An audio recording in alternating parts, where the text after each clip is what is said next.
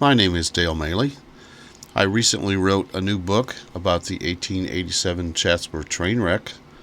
So in today's video, I'm going to give you the short version of the book. And on this page was kind of the index of what the different topics I'm going to run through today. I'm going to talk about excursion trains, the typical 1887 passenger train design, and what a typical TP&W railroad trestle design was, what were the environmental conditions before the big crash, passenger sources. I'm going to set the stage for the fatal trip that was taken on August 10th, 1887, the wreck itself, and after every catastrophe there's always a search for the guilty, and then the first documentation of the wreck and the latest documentation of the wreck. First, let's talk about excursion trains. Back in the 1880s, the railroad owners, they had lots of track and lots of locomotives, but they were mostly unused. So probably in the boardroom they said, geez, we have all these assets sitting around and we're not making any money from them. What could we do? And the idea came out, we could offer passenger excursion trains. And back in that era, Niagara Falls was a very popular destination for excursion trains. Now here's an illustration from the 1880s of what Niagara Falls looked like back in that era. And I've been to Niagara Falls, and I'm going to guess that the train shown here would be on the Canadian side, looking south at the American side. It was quite a sight back then, and still quite a sight today. Now, here's a copy of one of the newspaper ads that was run advertising the Niagara Falls excursion trip. The cost back then was $7.50. So if you use inflation, that $7.50 back in 1887 would be equivalent to about $234 in today's dollars. So it was not really a cheap ride, but it was relatively inexpensive for a vacation. Now, here's an illustration of what a typical passenger car looked like back in the 1860 to 1880 time period. The lower part of the passenger car would be the wheels, and they were typically cast iron. The railroad people often call that a truck assembly down there. But the upper part, it had a solid wood floor in it. But above that wood floor where the passengers sat, pretty much everything was wood, including the seats and the walls and the top of the train car. Contrast that with today's Amtrak design, where the passenger cars are all metal construction. Now, for the TP&W railroad, back in that era, for trestles or bridge design, concrete and steel were available then, but it was much more expensive than just building a wood bridge. So the TP&W used wood whenever they could because it was the cheapest way to make a bridge or a trestle. And although wood was a cheaper initial cost for the railroad, it's very vulnerable to fires. And then the wood or coal burning locomotives, they'd often drop hot coals down on the track, and they might land on the wooden bridge and burn it down. The other problem is wood, of course, does not last that long in the outdoors. So, what were the weather conditions before that fatal train tried to make its way to Niagara Falls? So most of us who live in central Illinois, we know that August is usually very hot and very dry, and often with high winds. So July and August of 1887 were kind of typical for central Illinois. It had been hot and dry for many weeks prior to the Niagara Falls excursion train. The land along the tracks was lined with weeds, grass, brush, and trees. And of course, wood bridges are very dry and very combustible. Now, what about the passengers that were on this excursion train? Well, the TP&W tracks, they actually started west of Peoria, and then they ran east all the way to Indiana. But the largest and really the only big town along the railroad line was Peoria. All the other towns are relatively small compared to Peoria. So over 80% of the passengers were from the Peoria area. As best they can figure, there was about 625 total passengers. Now let's set the stage for that fatal night on the excursion train. There were drought conditions along the tracks. The TP&W railroad crews were actually out burning weeds along the track.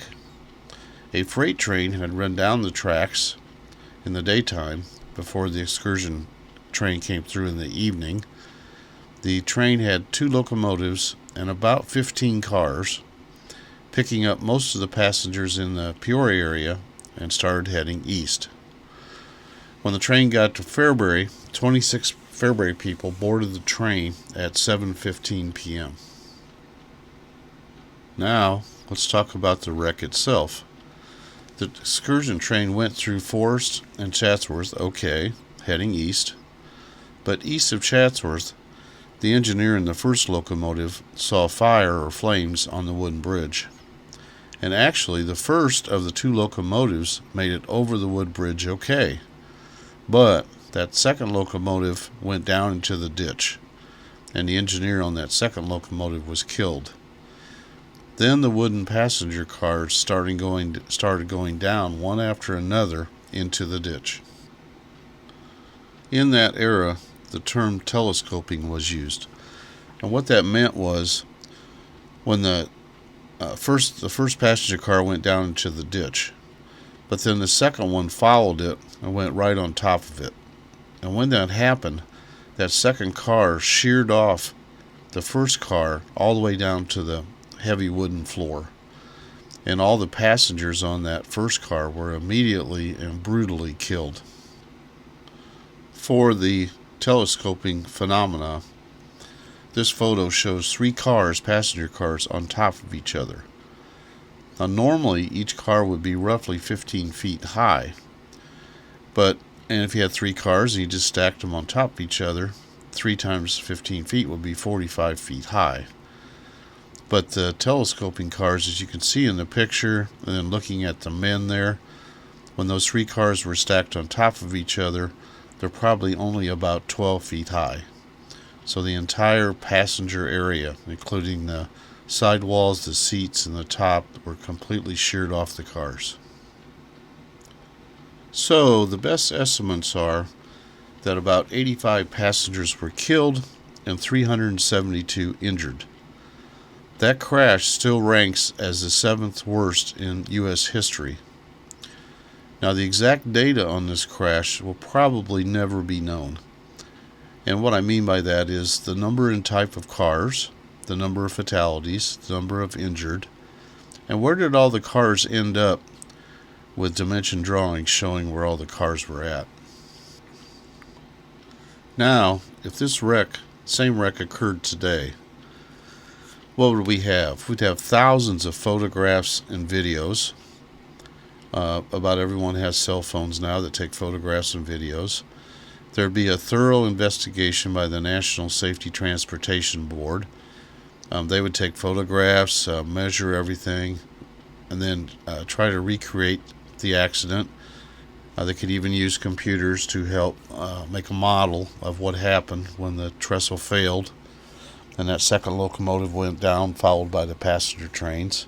They try to identify root causes of the accident and what preventative measures could be taken.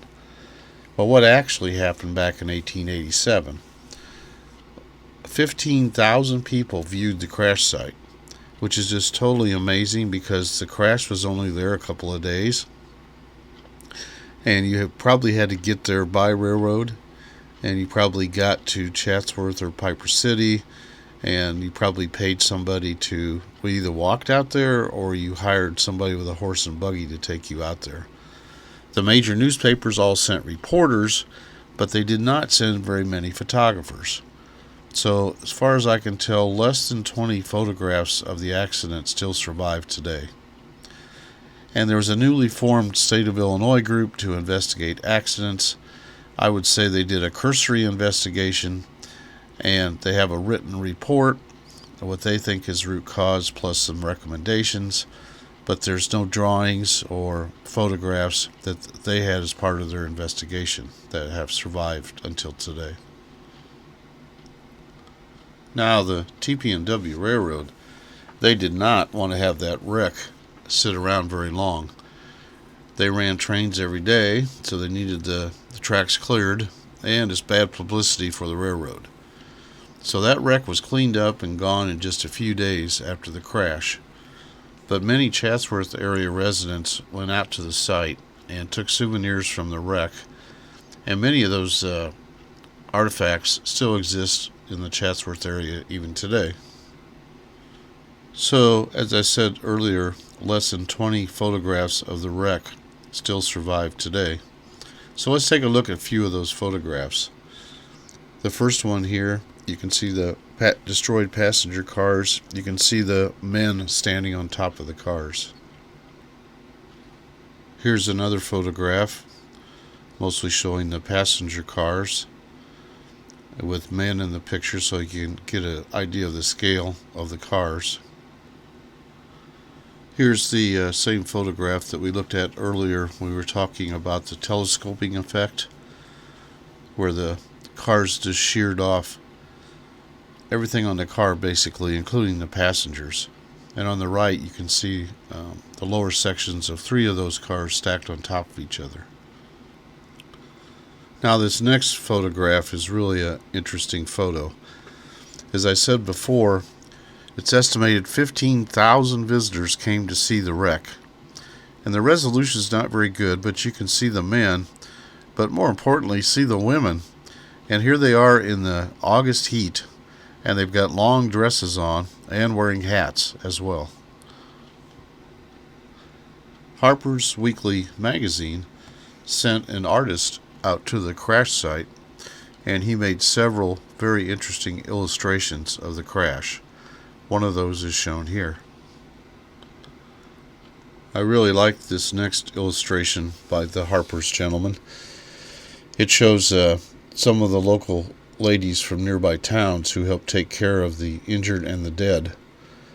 And when you study the wreck, you find out that citizens and doctors from Fairbury, Forest, Chatsworth, and Piper City, they all did heroic duties attending to the injured and the dead. And there's many stories about the people in the wreck that I don't have time to cover today, but for example, one gentleman was severely injured, found out that his wife and daughter had been killed, and he was suffering so much he asked to borrow a gun, and somebody loaned him a gun and he shot himself. So it had to be a horrific, like a war scene, when those train cars went over the ditch. This last illustration, in the center, is the front of the second locomotive that went down in the ditch and the engineer was killed. And I don't know if you can see it or not, but that locomotive on the front headlight there, it has number 13. So in this case, 13 was not a lucky number. Immediately after the train wreck, the search for the guilty began. And after every catastrophic event, human beings, they want to know immediately what was the main cause and who was responsible. And if you follow catastrophe stories in the last few decades, usually the press has the story wrong the first few days after the event. You're best to wait a week or two before you really believe anything with regards to the cause of a major accident. Sometimes it can take 2 years to figure out what really happened and how to prevent it. That's the case in major airplane crashes and the Deepwater Horizon oil rig in the Gulf, Mexico. That took 3 years because it was a complicated piece or system with several different failures at the same time. Now, the search for the guilty in the Chatsworth train wreck pretty much follows a typical major accident. The first theory was that the railroad TP&W foreman and his crew, they forgot to put out their brush fire, and it spread and it caught the wood bridge on fire. But the investigation found that the crew was several miles away from the bridge, and there's no way it could have caused the bridge to catch on fire. Now, the second theory that arose was that professional robbers intentionally wrecked the train by burning the bridge so they could rob the dead and injured passengers. Although there were several reports of people robbing the dead and injured, the investigation found no premeditated plot by professional thieves. Now, the state commission that investigated the accident issued its report at the end of 1887, about 4 months after the accident. The commission theorized that a burning ember was dropped onto the bridge by a freight train that had run over the bridge several hours before the passenger train. In fact, the commission recommended the railroad have every wood bridge checked just prior to a passenger train using the bridge. Louise Stoudemire, who lived from 1905 to 1994, was a Chatsworth schoolteacher. And although she wasn't originally from Chatsworth, when she moved there and started teaching, she became very interested in Chatsworth local history.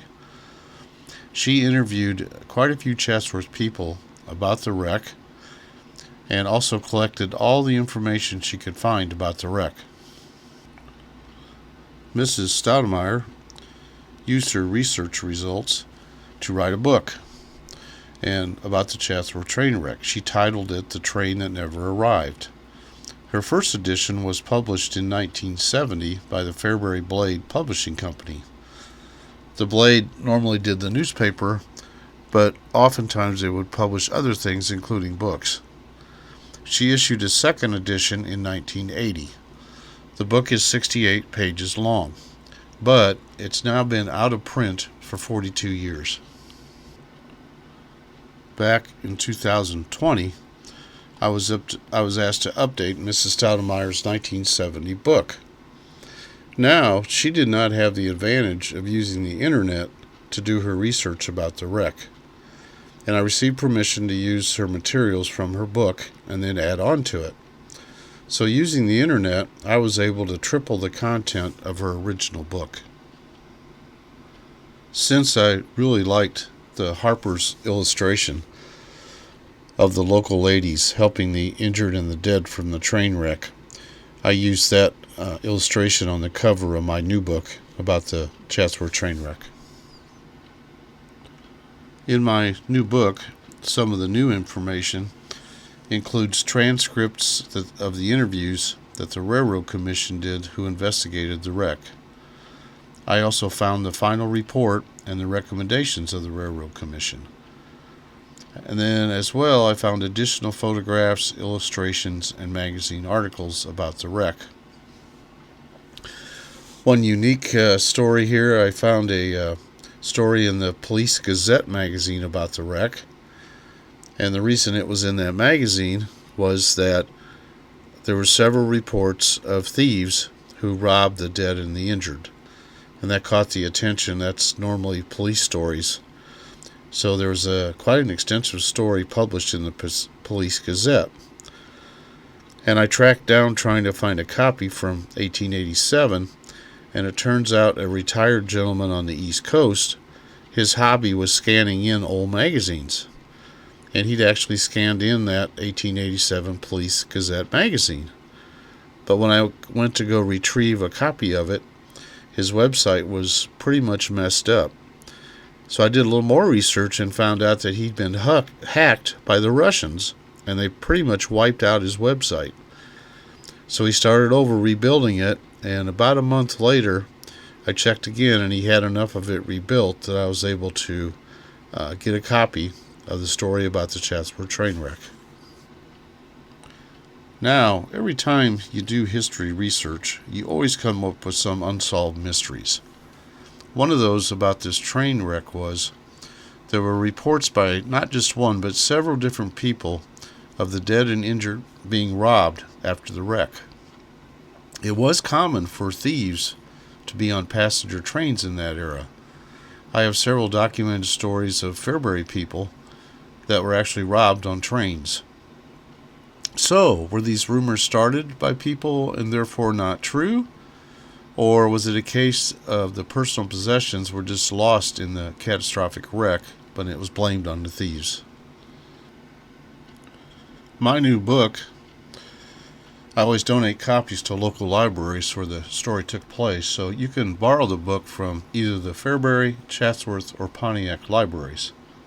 I also sell printed copies of the book at the Walton Center in Fairbury, and this particular book is also for sale at the Community Connection gift shop on Main Street in Chatsworth. If you go to Amazon.com, you can actually get the ebook Kindle version, or you can order printed books as well.